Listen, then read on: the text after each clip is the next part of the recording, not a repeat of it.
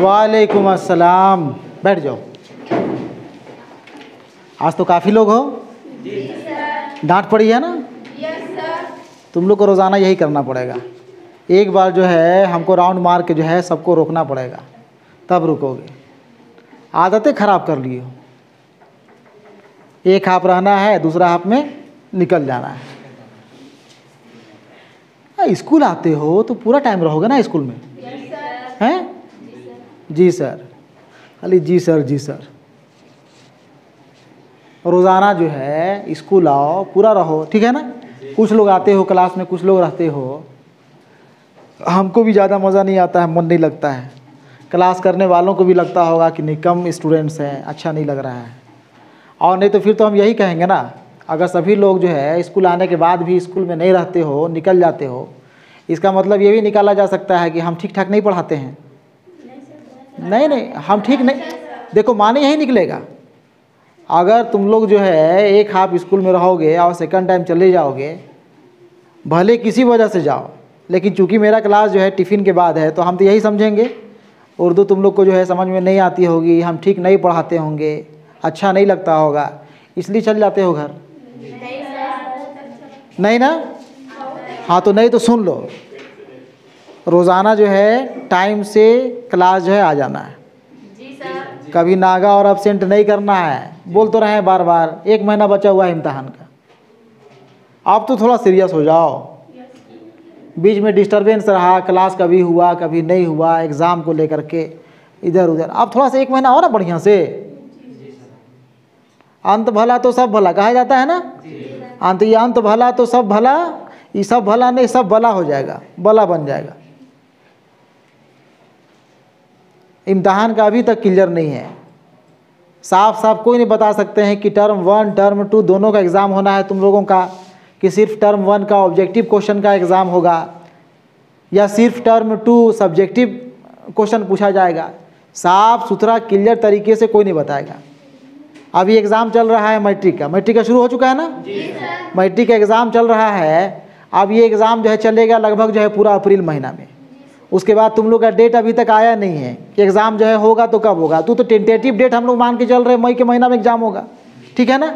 अब मई के महीना में अगर मान लो तुम लोग का एग्ज़ाम होता है और फिर जो है आखिर में निकाल दे कि नहीं टर्म 1 और टर्म 2, जो टर्म 1 एग्ज़ाम होना था तुम लोग को दिसंबर जनवरी में, वो एग्ज़ाम और ये एग्ज़ाम टर्म 2 वाला, दोनों एग्ज़ाम एक ही बार होगा, तो समझो कितना जो है अचानक से तुम लोग के ऊपर लोड पड़ेगा। नहीं पड़ेगा? ऑब्जेक्टिव OMR शीट में भी करना है, ऑब्जेक्टिव भी पढ़ना है, समझना है, और लिखने वाला भी काम करना है।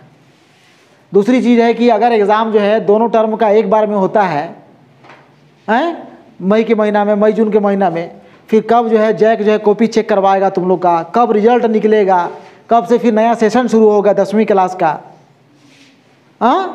10वीं क्लास मैट्रिक में पहुंच जाओगे, 10वीं क्लास का कब सेशन शुरू होगा, कितना दिन पढ़ने का टाइम मिलेगा, बहुत मुश्किल है। काफ़ी लेट हो चुका है इस बार। और इस बार अप्रैल के महीना में एग्ज़ाम हो रहा है ना मैट्रिक का, अगले बार जो है अप्रैल नहीं जाएगा, हो सकता है कि एग्ज़ाम फरवरी महीना में ही हो जाए तुम लोग को। तो टाइम तो बहुत कम मिलने जा रहा है अगले साल 10वीं क्लास के लिए, ठीक है ना? जो भी हो क्लियर हो जाएगा, साफ हो जाएगा। एग्ज़ाम जो है किस पैटर्न पे होना है, कैसे होना है, लेकिन जो बचा हुआ है उसका सही इस्तेमाल कर लो बाबू। सिर्फ उर्दू में ही नहीं, बाकी सब्जेक्ट ये पढ़ना है ना, बाकी भी नुकसान होता है तुम लोग का। दूसरा सब्जेक्ट भी तो क्लास नहीं कर पाती हो, नहीं कर पाते हो। दूसरा को क्या कर रहे हैं और लोग भाग जा रहे हैं, दूसरा को मत देखो ना, तुम लोग अपने आप को देखो। वह हम स्कूल आ गए हैं, स्कूल में अटेंडेंस बन गया है, 6-7 घंटे जो है क्लास होना है, रोज़ाना क्लास हो रही है, और उसके बाद भी पता नहीं क्या करते हो घर जा कर के। क्या करती घर जा कर के? टिफ़िन में घर चल गए, उसके बाद रोपा डोभा का भी तो दिन नहीं है रे। तो खेती बाड़ी के वक्त कहा जाता है कि ना अभी रोपा चल रहा है, कटनी चल रहा है, मिसनी चल रहा है। कटनी मिसनी में बहुत असर पड़ता है स्कूल के ऊपर, या रोपा डोभा के टाइम में स्टूडेंट कम हो जाते हैं। कुछ तो नहीं है अभी। अब कुछ दिन बाद बोलोगे ना, अब तो रोज़ा शुरू हो गया सर, भूख लगता है सर, कैसे सकेंगे सर क्लास करने, कुरान पढ़ना पड़ता है सर, रात को जागते हैं सर।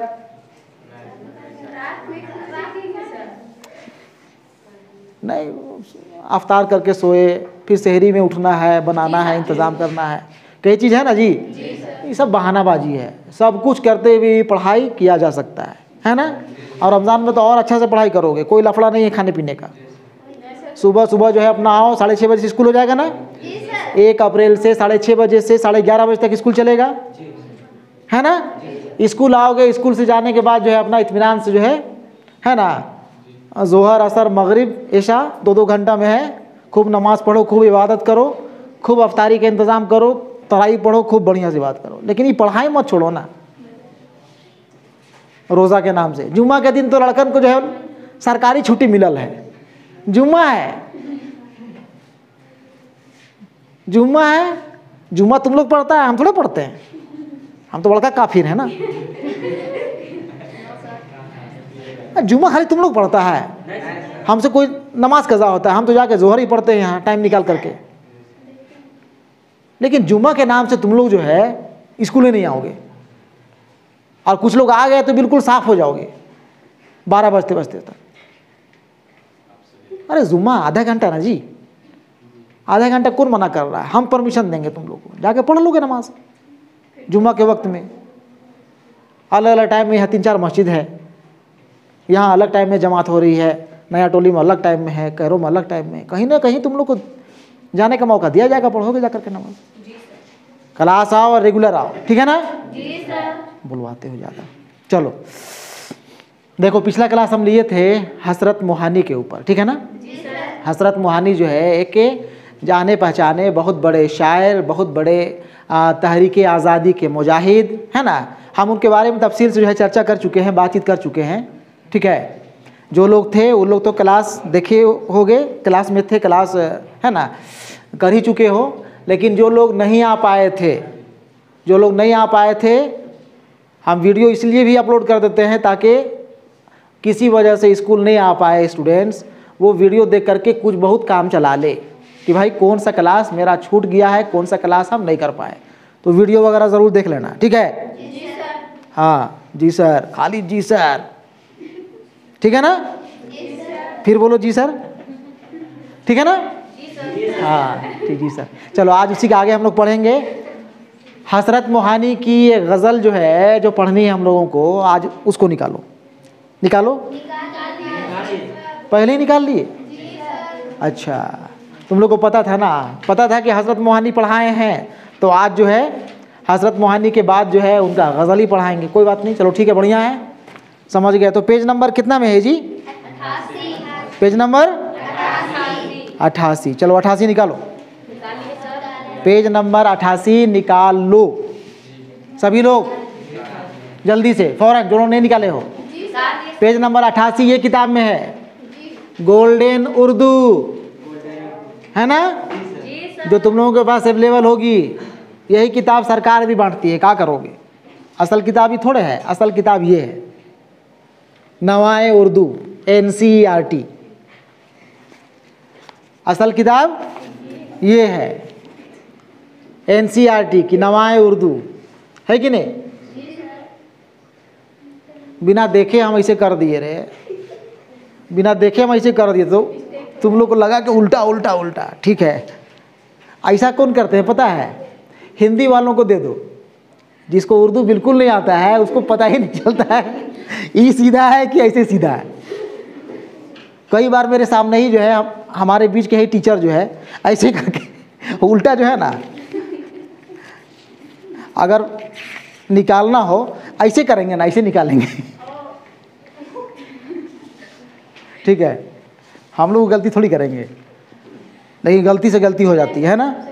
चलो ठीक है, चल चल, बहुत बकबक हमको करवाती है, और हमको लगता है कभी कभी कि हम ही करते हैं ज़्यादा बकबक ना। कोई नहीं करने से नहीं समझते हो ना, मुश्किल वही ना है, इतना बोलने के बाद भी तो नहीं समझते हो। डायरेक्ट हम टू दी पॉइंट में आकर के बताना पढ़ाना शुरू कर दें और मुश्किल में फंस जाओगे। चल निकाल, निकाल चुके हो? देखो तुम ही लोग के किताब से है ना, गज़ल हसरत मोहानी की है, हसरत मोहानी। हसरत मोहानी तखल्लुस हसरत इस्तेमाल करते हैं, ठीक है ना। तखल्लुस के बारे में बताया थे। तखल्लुस क्या है? शायर अपना असल नाम, शायरी में, शेर व शायरी में जो असल नाम शायर इस्तेमाल करता है वही तखल्लुस है। और ये असल नाम का इस्तेमाल कहाँ करता है शायर? गज़ल का आखिरी शेर में। कहाँ इस्तेमाल करता है? आखिरी शेर में। गज़ल के आखिरी शेर में शायर अपना असल नाम या तखल्लुस इस्तेमाल करता है ना। मोहानी, ये हसरत, अगर इनकी गज़ल को पढ़ोगे, जो गज़ल पढ़ना है हम लोगों को, ये गज़ल देखोगे, हसरत मोहानी की गज़ल कहाँ है? हम तो निकाल भी नहीं किए हैं। हसरत मोहानी, हाँ, इस किताब में, एनसीईआरटी की किताब में पेज नंबर 126 में है। ये किताब किसी के पास नहीं है, 126 में देखो। इसमें जो है 7-8 शेर का जो है ये गज़ल है। इसका पहला शेर है, गज़ल का पहला शेर है, रोशन जमाले यार से है अंजुमन तमाम, दहका हुआ है आतिशे गुल से चमन तमाम। ठीक है ना। देखो आखिरी शेर हम कह रहे हैं, आखिरी शेर ये होगा, शीरीनी नसीम है सोजो गुदाज़े मीर, हसरत आया, नाम आया ना, हसरत तेरे सुखन पे है लुत्फ़े सुखन तमाम। ये हसरत आया नाम ना। ये आखिरी शेर में, ये आखिरी शेर का पहला मिसरा में भी इनका नाम आ सकता है या फिर दूसरे मिसरे में भी आ सकता है। मिसरा, लाइन, शेरी ज़ुबान में हम लोग मिसरा कहते हैं, नसरी ज़ुबान में हम लोग इसको लाइन कहते। तखल्लुस जो है इस मिसरे में भी आ सकता है और यहाँ भी आ सकता है। तखल्लुस में जनरली जो है इस तरह का जो है ये दिखाई पड़ेगा, चिन्ह, निशान, ठीक है ना।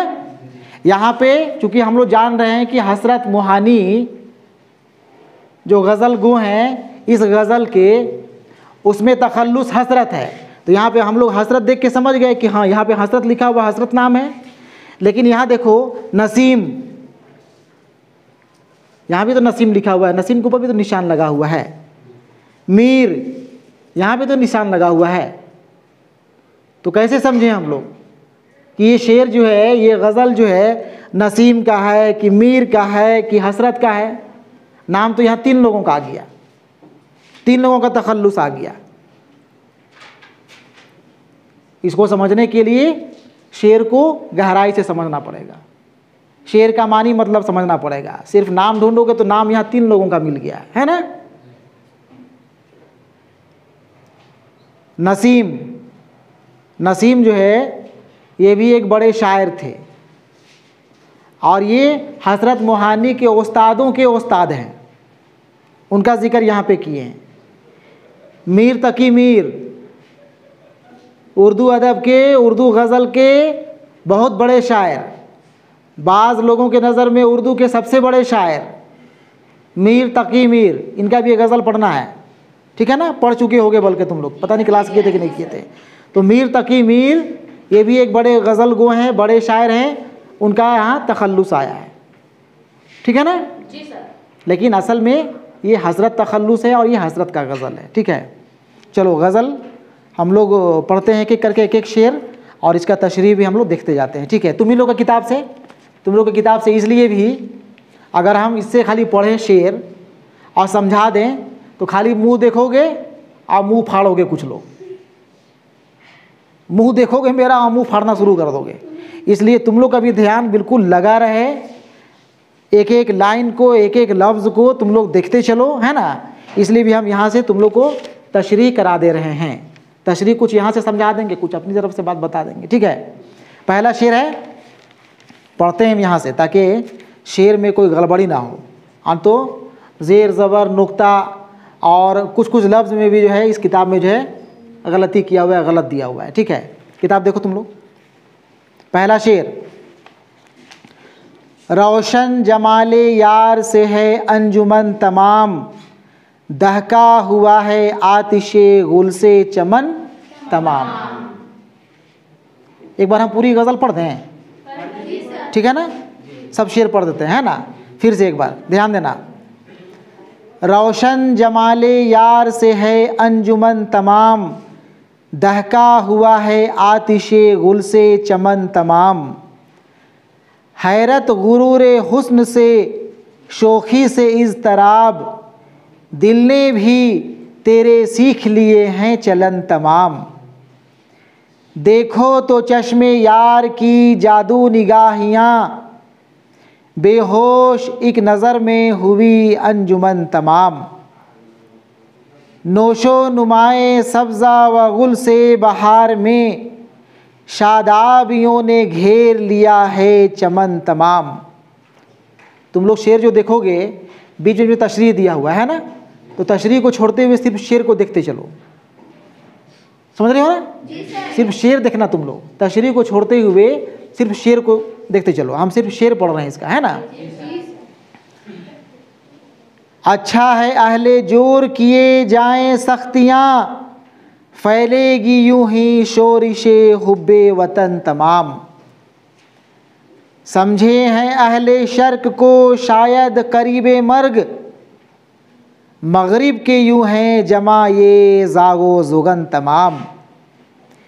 शीरीनी नसीम है सोज़े गुदाज़े मीर, हसरत तेरे सुखन पे है लुत्फ़े सुखन तमाम।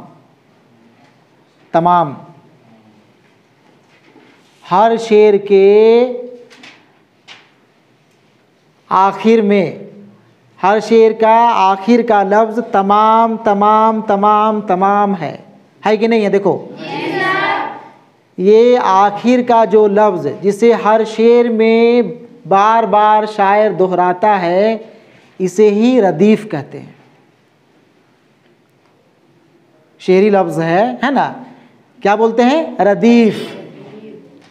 रदीफ़ का इस्तेमाल होता है, काफ़िया का इस्तेमाल होता है, तशबीह, इस्तारा, तलमीह, रम्ज़, कनाया, ये शेर का सनत है। शेर में ये सब लफ्ज़ का इस्तेमाल किया जाता है, ठीक है? इसको भी पढ़ना जानना है। इसका डिफिनेशन, इसका परिभाषा लिखने के लिए आता है इम्तहान में। रदीफ़ किसे कहते हैं, तशबीह किसे कहते हैं, काफ़िया किसे कहते हैं, तो यहाँ पे तुम लोग को बता रहे हैं, वो अलग से बता देंगे, ठीक है? अलग से पूरा बता दिया जाएगा। यहाँ पे तमाम, यही तमाम तमाम आ रहा है ना आखिर में, यही रदीफ़ है। अब इम्तहान में अगर कोई एक शेर दे दे, कोई एक शेर आ जाए और लिखे कि इस शेर की तशरीह करें। शेर का तशरीह करना मतलब हो गया कि अपनी ज़ुबान में उस शेर को लिखना, नसरी ज़ुबान में लिखना। ये तो शेरी ज़ुबान है ना, ये तो शेर है ना, अपनी ज़ुबान में लिखना, उसका मानी मतलब लिखना, तशरीह करना। कैसे पकड़ोगे, कैसे जानोगे? तुम लोग को 5-7 गज़ल गों का शेर पढ़ना है। कैसे, जब दे देगा एक शेर तो कैसे जानोगे कि यह शेर किसका है? पकड़ने का, शेर को समझने का, यह शेर किसका है, इसको पकड़ने का समझे सबसे आसान तरीका होगा कि सिर्फ एक लफ्ज़ को याद रखो, तमाम। तमाम, ये रदीफ़ तमाम जो है, रदीफ़ तमाम, ये तमाम जहाँ भी दिखाई पड़े तुम लोग को शेर में रदीफ़ में तमाम दिखाई पड़ा, शेर जो देखोगे ना, उसका आखिरी जब लफ्ज़ देखोगे कि वहाँ तमाम लिखा हुआ है, समझ जाओ कि हसरत मोहानी की गज़ल का शेर है। किसकी गज़ल का शेर है? हसरत मोहानी की गज़ल का शेर है। बात समझे? बात समझे? बाकी दूसरे तुम लोग देख लेना किताब में घर जा कर के। दूसरा जो भी गज़लों का शेर देखोगे, गज़ल निगार का शेर देखोगे, उसका रदीफ़ तमाम नहीं मिलेगा। अलग अलग लफ्ज़ का इस्तेमाल जो है अलग अलग शायर अपने गज़ल में किए हैं, है ना? अलग अलग। एक आध एग्ज़ाम्पल दिखा देते हैं तुम लोग को। जैसे देखो, यहाँ मिर्ज़ा असदुल्ला खां गालिब, इनका शेर है, दर्द मिन्नत कशे दवा ना हुआ, दर्द मिन्नत कश दवा ना हुआ, मैं ना अच्छा हुआ बुरा ना हुआ, ना हुआ ना हुआ ना हुआ, यहाँ ना हुआ को दोहराया जा रहा है बार बार। इसका मतलब है कि ना हुआ वाला जो शेर है वो मिर्ज़ा असदुल्ला खां गालिब का शेर है। बात समझे? सिर्फ दिमाग में रखना है, ना हुआ वाला अगर शेर आ गया समझ लो कि ये किसका गज़ल है? गालिब का गज़ल है। किसका गज़ल है? बात समझे? और देखो एक आध को, ये देखो मीर तकी मीर के गज़ल का पहला शेर देखो, अश्क आँखों में कब नहीं आता, लहू आता है जब नहीं आता। सब में यहाँ नहीं आता नहीं आता नहीं आता नहीं आता है, सभी शेर के आखिर में नहीं आता को दोहराया है। इसका मतलब है कि नहीं आता वाला जो शेर है वो किसका है? मीर तकी मीर का है। बात समझे?